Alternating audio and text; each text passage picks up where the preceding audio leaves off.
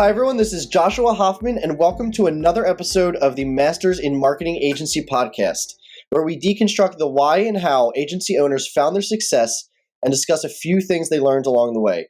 Today, I have Lavall Chichester, the founder and CEO of Growth Skills, a marketing agency helping brands increase revenue and brand awareness using world-class growth marketing. Welcome, Lavall. How are you, sir? As he takes a quick sip, just to make sure that the voice is ready to go. Yeah, my daughter beat me up this morning, so. So maybe this is the perfect start then, because I want to start with a quote that I saw on your LinkedIn. I think it was, which is, quote, "You have to embrace the suck, be fearless, and stare the problem in front of you right in your eyes and solve it," end quote. Can you explain kind of what that means to you? Yeah, so to me, and this goes right into I'm a martial artist. I have a second degree black belt in Hapkido. I have a brown belt in Kyokushin, and I've done Muay Thai, bare knuckle, MMA. I've done like Kali and Krav Maga, love martial arts, right? And the thing you realize when you fight in a competition, whether it be MMA, I fought in bare knuckle karate. The suck is your competition, and usually I'm 195, and I weigh my fight weight is 195, and I'm like I'm 5'11", but that puts me in heavyweight and super heavyweight, and it's just my genes, bro. And it's unfortunate because the people I used to fight against were just huge monsters, bro. Like, I knocked this guy out, and there's the clip on it online. He was at least 220 maybe, and he was 6'3". And I fought this other guy who was like 6'11". Like 6'11", like to put 6'11", like a fight against a man who's 6'11", to put that into context, when you bow at the end of your fight, you literally bow and like you like hug. When I hugged him, it was just pure butt cheeks. That's how tall he was. It's like, you don't pat him on the back. It's just a butt cheeks. So and in that situation, if you're hurt or you're injured, you got to embrace that shit, because he's not going to stop. The fight's not going to stop because you're uncomfortable. And I equate that to business, because my dream job was being a chief marketing officer. I got the opportunity, but they didn't tell me that they were going out of business, right? So when I got there, I interviewed and I asked the right questions, so I knew there was problems. But like 5 months in, I was like, oh wow, I don't think from a career standpoint I could actually do this. Like, I don't think that I'm equipped with the skills to save a business. You know what I mean? That's like a hard ask. And there's a lot of people that were relying on me, my plan to save that business. And I just embraced the suck, and to like kudos to the team that was there with me, like the sales folks and marketing folks. They were like positive and move forward and like help me build a plan and execute it, most importantly. But they embrace the situation, like, and being an entrepreneur, like, everyone tells the story about, oh yeah, it's great and I make a business, but the journey is lonely. Honestly, it's lonely, and a lot of the times it sucks, so you got to embrace that. Yeah, that's what that means. Yeah, no, that was perfect. I was obviously going to ask you how it relates to entrepreneurship, so appreciate you kind of diving into that automatically. And you must be some kind of Renaissance man, because the next thing I wanted to talk about was actually, I think it was your major, which was creative writing. So you have everything from the creative writing to the bare knuckle boxing, which I don't think is, I think that might be a first. I can safely say it's a first on our podcast. But the question I have there is, why and how did you get into creative writing, and did that eventually lead to anything in marketing? Yeah, so that's my whole thing too. Like, I didn't know what I wanted to do in college, right? And it's kind of like and like I equated this to like my daughter, kids, and I read because of Brooklyn College, I fell in love with Ralph Waldo Emerson, who's one of the best writers and I guess philosophers. And he wrote an essay called Self-Reliance. And in that essay, Talking, sorry. yeah, in that essay, he talks about how, we put controls on kids. There you go. He puts controls. We as adults put controls on kids. Like kids just want to whatever, bro. They're attached to God. They just were born and they're gonna learn and get it done, whatever, and explore and in ways that like we deem as adults inappropriate. So we put the constraints on them. And so like fast forward and then you're like, you gotta go to school, you gotta learn these things. And half the things I learned in school, I don't make money off that. Like half of it. But so in high school, I didn't know I wanted to be a novelist. I didn't know that. And so then I was like, oh, like I think second year, it's like, oh, I want to be a novelist. And I grew up in Brooklyn. And I was like, oh, Brooklyn College has one of the best writing programs. So I went there. And then the thing about writing is fast forward, like I have a bunch of content writers, I run a bunch of publishing sites, and like writing is extremely important. But what Brooklyn College taught me is how to read and read, right? So like reading is very important if you're gonna run a business. And so like the pace that I had to read in terms of like books and like digest information. And honestly, I'm a little bit of a slow learner, right? Like it takes me longer to get it, but when I get it, bro, I'll knock you out. Like in the karate sense, right? So yeah. So for me, once like I read so many incredible things and were exposed to so many incredible things that now, if I need to learn something or read something, I could read any book and get the information that I need. Write a blog post, write an essay, build a business plan for the team, all those types of things, and and English, being an English major, creative writing has set me up for extreme success from a business standpoint. Yeah, for those not watching the video, I ran really quick and got my self-reliance book, which was the closest book to me. So I had to show off a little bit there. I love philosophy, and this is transcendentalism. And obviously, Walden is in the same boat there, which I have this dream of one day soon, hopefully going to live in the woods for a few months as well. So you could have brought up like a better topic for me. Nice. Now back to the point, what kind of a student were you in school? Honestly, like I've always been a good student. I live by the philosophy of Mark Twain. I don't know. He's a tribute to this quote, but I think someone probably said it before because everything's a remix, right? Yeah, But exactly. he said like never let schooling get in the way of your education. So while I was in school, I was like, oh man, this writing stuff is cool. I should probably, and I want to be a novelist. And honestly, like I wanted to like inspire people and change lives, right? Like that's why I wanted to write, like on some self help stuff, right? Whatever. But I was like, oh, so if I learn how to put videos and graphics together with sound, I could probably be more effective at the goal of helping someone, changing their life, that type of thing, right? So I was like, oh, how do you do that? And I picked up Final Cut Pro for Dummies. Apple had Final Cut Pro. That was the main editing software at the time that you could afford. Uh-huh. And I picked that up and I learned it. And then I was like, oh man, I'm pretty good at this editing stuff. Um, and that was fantastic. And I kept going from there, right? So and I built a business on that. I didn't know anything about a business, like running a business, and but the goal of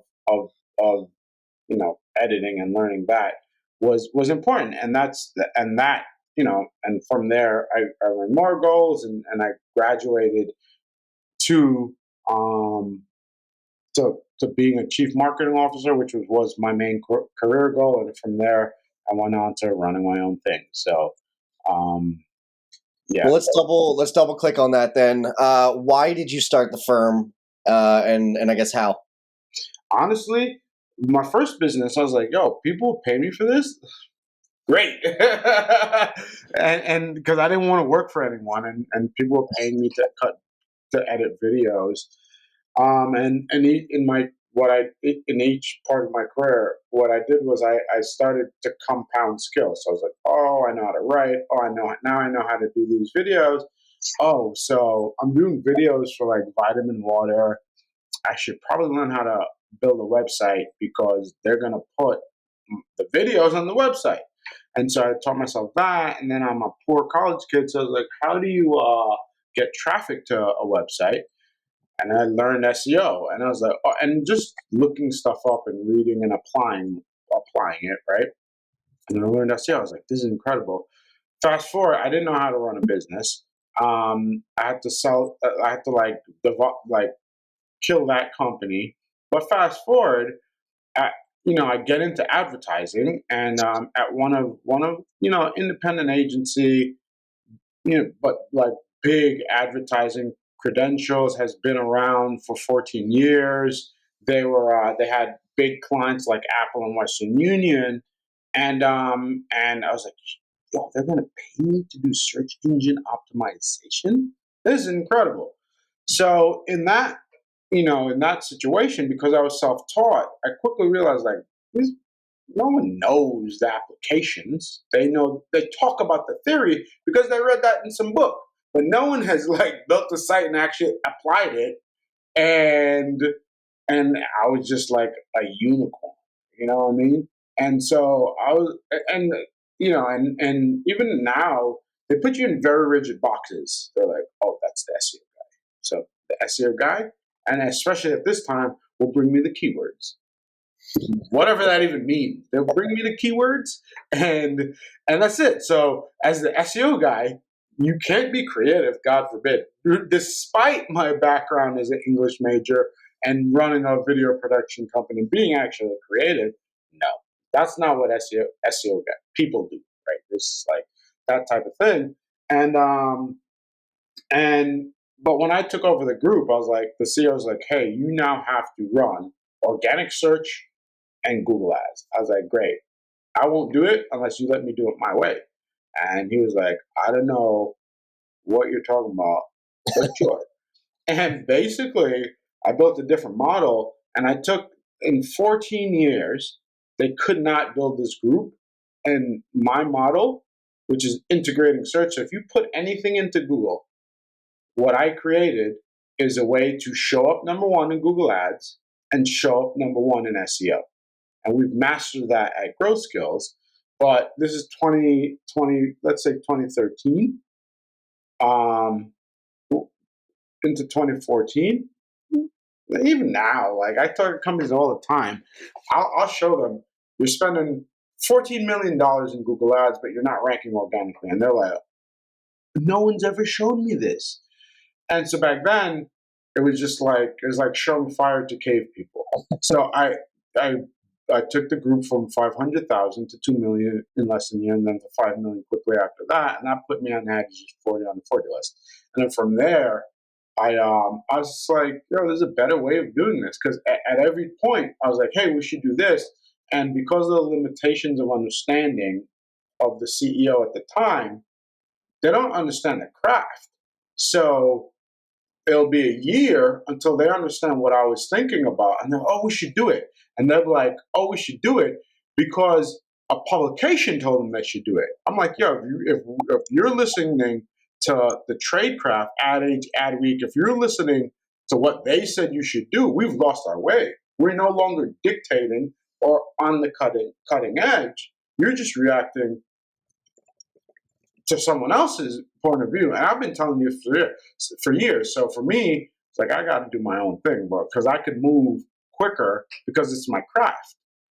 It's not Do like, you, you know, do you think there's any importance to like making sure that a CEO understands what the heck you're doing, or do you think it's better to just go with the mentality of essentially telling him or her, just trust me, like let me do me, and then I'll give you your monthly, quarterly reports, but like I don't want to teach you how the sausage is made type thing. Just trust me only works for very specific CEOs. You will always have to build a business case to get something. I've been on agency side and brand side. In both cases, you have to build a case. But what I'll tell you, being the CEO of my own shop, the speed is of my understanding of what wins in a business scenario just it's a competitive advantage, right?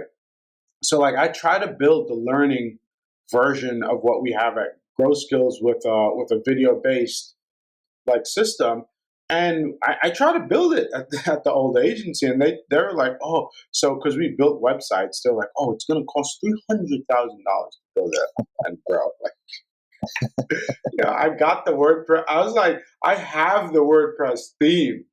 So if you tell it, and the head of website development at the time, like, just gonna, like, you do not know current technology, and this was back then.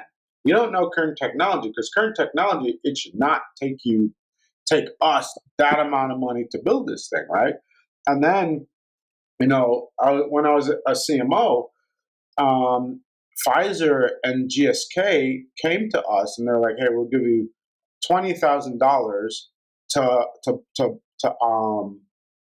to build to promote our CBD brand. We launched a CBD product. It's called 36 Bushels. We're going to give you this money to promote it on Google and Facebook." And it was impossible. I mean, there's ways around it. We figure that out now. But at the time, this is 2019, 2020, it was hard. So for me, it was like, oh, this is an opportunity. Because like the search in Google still lets you rank for the words, and doing the research, the search volume on like strains and different things is enormous amount of active searches, like over 90,000, like real demand. And how SEO works is search engine optimization is that a portion of demand, once you get to ranking in the top 5 positions, a portion of that monthly search volume turns into monthly traffic.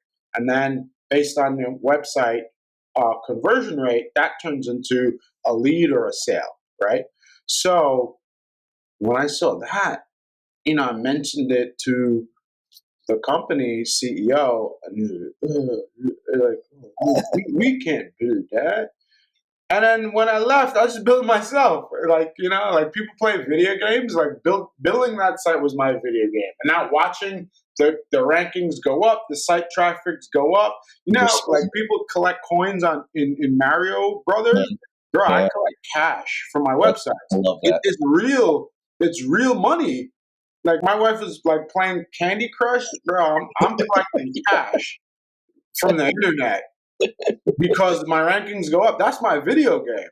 Like literally, we'll watch some nonsense on Netflix when we're chilling, and she'd be crushing candies, and I'd be crushing cash. Cause I'm just optimizing an article. I'll publish it, and I love it, bro. Like, I guess that's a sign of a good. Like a CEO, like I tried, and they're like, they don't understand. So it's like, why would I make you richer? I've already made you a multi-millionaire, so now it's my time, And we obviously spoke a little bit before this, and you kind of have mentioned that you actually now use that website to essentially kind of get new clients. Can you talk about that for a second? Yeah. So this is the thing. I believe every company in this day and age needs to operate as a publisher. And what that means is you need to build the processes and the skill set of researching what content articles, let's start with articles, that you need to write that benefits your prospect or potential client. You create that. Some articles are going to have like a consideration phase, right? So I was just telling the client this. If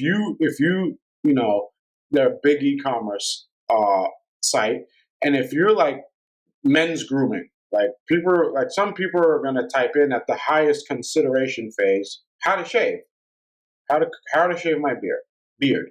They're not looking for a brand, but if your article ranks, they're like, oh, no, I found you. Thank you. And once they hit your website, you can retarget them and all that. But they're like, oh, I'll consider this brand. Then lower in, they're like grooming kits.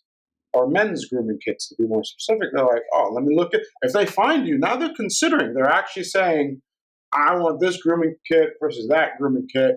And then they're like, when they're like, buy grooming kit, or what they'll do is because they found you in those two places, they'll then search for you directly, your brand name, company grooming kit, right? And Mhm. that, and then they'll come to you directly and they'll buy something, right? That's how the internet works. And you know, TikTok is the newest social things. All these platforms are search engines.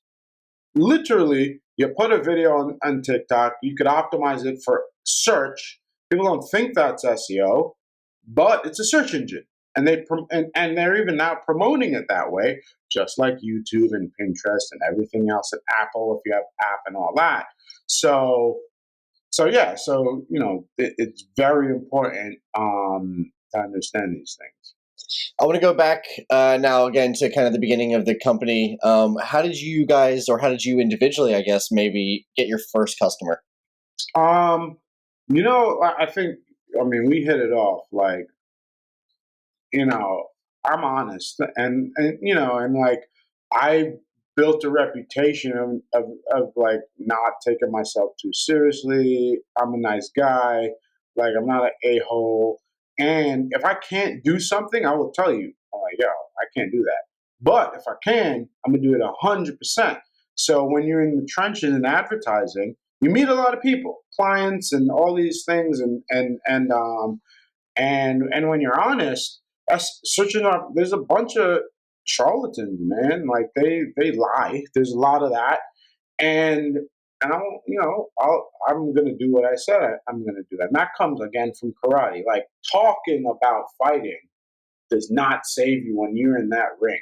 I promise you that. Like, there's no half stepping, bro. Because like, I mean, my first karate fight was unpleasant. It was like Polish team, and this dude, like, I remember my sensei was like, "You want to go fight knockdown," which is the term, because you have a mouthpiece, you have a cup, and it's no shin guards, nothing, and it's bare knuckle. You can't punch in the face because you break bricks and wood in karate, so your hand is very much conditioned. Like Mike Tyson hit someone in the face and broke his hand because his hand is not conditioned to break things, right? And that, you know, and bare knuckle, you know where it goes. I've stepped into this thing unqualified, but I had the heart to fight, and I hit this dude. I felt like I broke my hand, and when he hit me back, man, I had like his knuckle prints in my ribs and all that. So, long story short, talking doesn't get a customer business. So when I started, I had a day job, so I couldn't do anything. So my brother actually ran the consulting side of the business, and I was building the training side of the business, and most of the time I was too busy. But people came to me to be like, "Hey, Lavall, we need help with SEO." And so, you know, just off of good reputation, we got a lot of clients, and then I learned about sales and outbound, and like, you know, you could pull a cold list of your potential targets, and then email them until they want to book a meeting or tell you to leave me alone, and that's like a hardcore sales process, which, you know, you could read from Aaron Ross's Predictable Revenue, which is a fantastic book if you want to stand up and build a sales process. But that's, you know, that combination now is how we do it. So my last question is book and podcast recommendations, and you've already like threw a few books and things. So I'll get started, I guess, on my last questions, which I ask on every episode, which is going to end with that question. But the first is, if you had to teach something to other marketers, what would it be? I would I would teach them how to learn, and Mm, I obviously have a course on that, and I'm writing a book on that, because learning how to learn is what I actually learned in the karate school, right? And I think it's what differentiates me, because I know what it takes and how to, you know, pick a skill and acquire and retain that skill, right? And in marketing, it changes so quickly. Now it's like Chat GPT. How do you actually use that, right? and the lowest level you could use it for article writing. But you know, learning actually how to create the prompts Mhm. is really important because there's like pre-made prompts, right? And now there's like thousands of these pre-made prompts. So it's like it's work just to find the right prompt for whatever you're trying to do. So learning how and it's called prompt engineering, like how to actually create those prompts and refine those prompts are super interesting. And then and learning what to use it for. Like Slack just launched it to integrate and summarize like conversations in the app. There's different like article writing is what people usually graduate to, but you could use it to build like mortgage calculators and all sorts of craziness. So, but if you don't know how to learn when a new Yeah. technology comes up, you're gonna be like, oh, this is. You're either gonna throw shade at it and say it doesn't work, or you're gonna stumble to try and figure it out. But if you have built in your process the ability to learn, and learning how to learn is like karate. So if you're gonna learn how to kick, you pick the kick because there's many different types of kicks. You practice the kick, right? You find a sensei, you find someone who's been kicking for years to teach you how to kick because they've figured things out that they shorten the learning curve. So once you find that, you practice your kicks, and then you go into competition to see if your kick is actually effective, right? And from a business standpoint, you launch a product to market, and you take the feedback from the data, and you refine it, right? But that's how you learn a skill. And if I told you, oh, learn SEO, bro, like who knows if that becomes obsolete in the future, right? But learning how to learn will never become obsolete because you're going to be able to adapt to the change, you build that into your process instead of like a lot of people. There's a big catalyst; they'll lose their job, and there's a bunch of tech firings right now, and they'll when they lose their job, then they're forced to learn from a survival standpoint, right? But if you have built learning into what you do, and the way I've built on it is every year I learn a new skill and put those skills together. That increases the value, compounds the value of those skills over time. Now you're going to be all right for whatever challenges come next. That was great. Man, I think that's just a problem in the entire world right now. So I think that goes to the ends of the earth. That type of lesson. I'll tell you this real quick, and I mentioned this on another podcast. Like it's again going back to babies, how they're always learning, right? The thing too is like if you watch it in the worst scenarios, like the war in Ukraine, you watch that there's an old Soviet system of mechanics and weaponry and all those things, and they're learning new Western systems. They're learning the new tech. They're learning. They're learning. They're learning. They're learning. They're learning. You got to learn whether it's warfare for survival or your day job or whatever. You got to learn. It's like it's just what and humans are built to learn to do that, but we stifle it as a society. We cap the kids and say they should learn this versus that and how to learn and I uh, would I would even say it's actually even maybe even more important now because of the abundance of information that can be thrown at yeah, you, both real information, fake information, whatever it is. And now it's almost more up to you to make sure you're deciphering it properly and understanding it properly and everything. So that was no, I completely agree. absolutely. Are you guys hiring any positions right now? Yeah, so we're looking for an account manager to help service. We're growing, so to help service our clients, and as well as some paid search and social talent. So yeah, that's what we're looking for to Perfect. run it. And then the last question, book and podcast recommendations. I'm gonna totally. I usually don't push this in a direction, but man, if you have more philosophy, that's what I'm here for. But Yeah, yeah, any books or podcasts? honestly, I forgot. I forgot the author of this book. I'm ashamed. I usually have it here, What's but describe it? I might be able to. it's the seven. Let me look it up real quick. It's the seven business principles. Uh,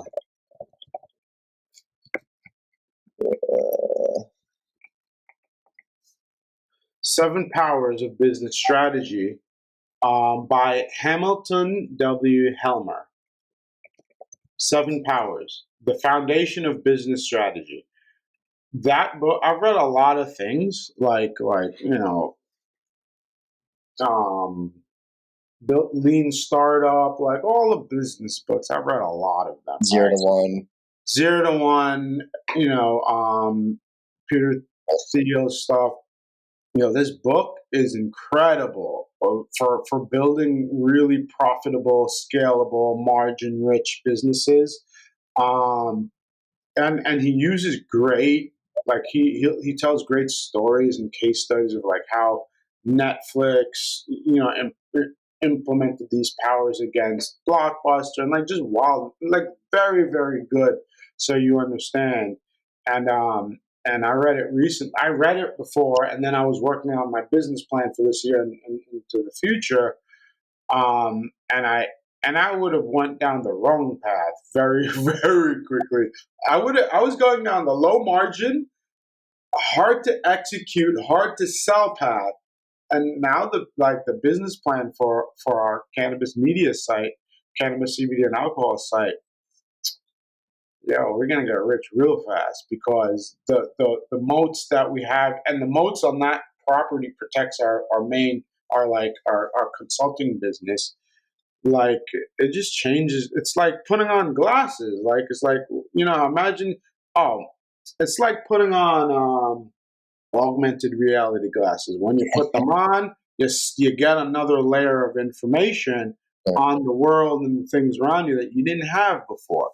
Right, and so it changed my entire outlook on what from a company standpoint we're building and launching. So I think it's also amazing, when you read something, especially the first time, you get lessons, and then if you read it later at a different time of your life or a different situation of your life, right. You get same book, obviously, same words, completely different lessons. Yeah. So I think that's kind of what you're saying. Every time I read that, I'm like, bro, I should reread The Alchemist, actually. I'm excited to read your future book, whenever it comes. As we come up to the end of the episode, I just want to give you an opportunity to mention how people can find you and anything else you'd like to end with. Yeah, on Twitter, I'm at Mr. Chichester. Go to growskills.co.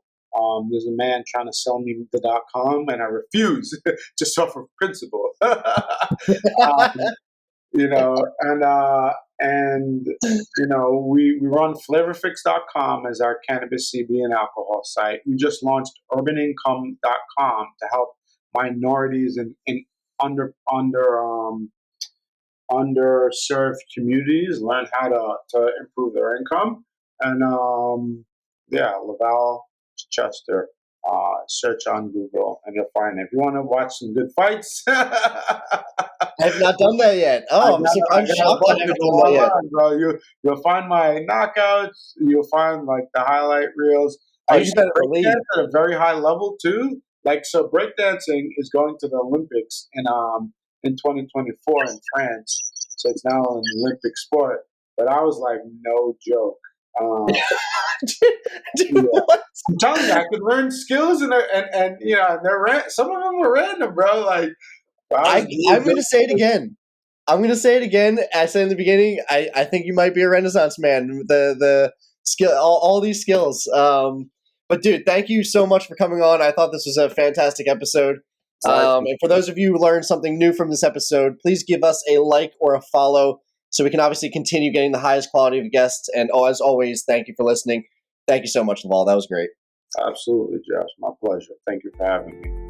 Thanks for listening to the Masters in Marketing Agency podcast. I hope you got a ton of value out of this episode. And before we go, I just want to thank our sponsors, DevNoodle. DevNoodle provides marketing agencies with the ability to offer their clients unlimited website design, build, and management services with fixed monthly plans.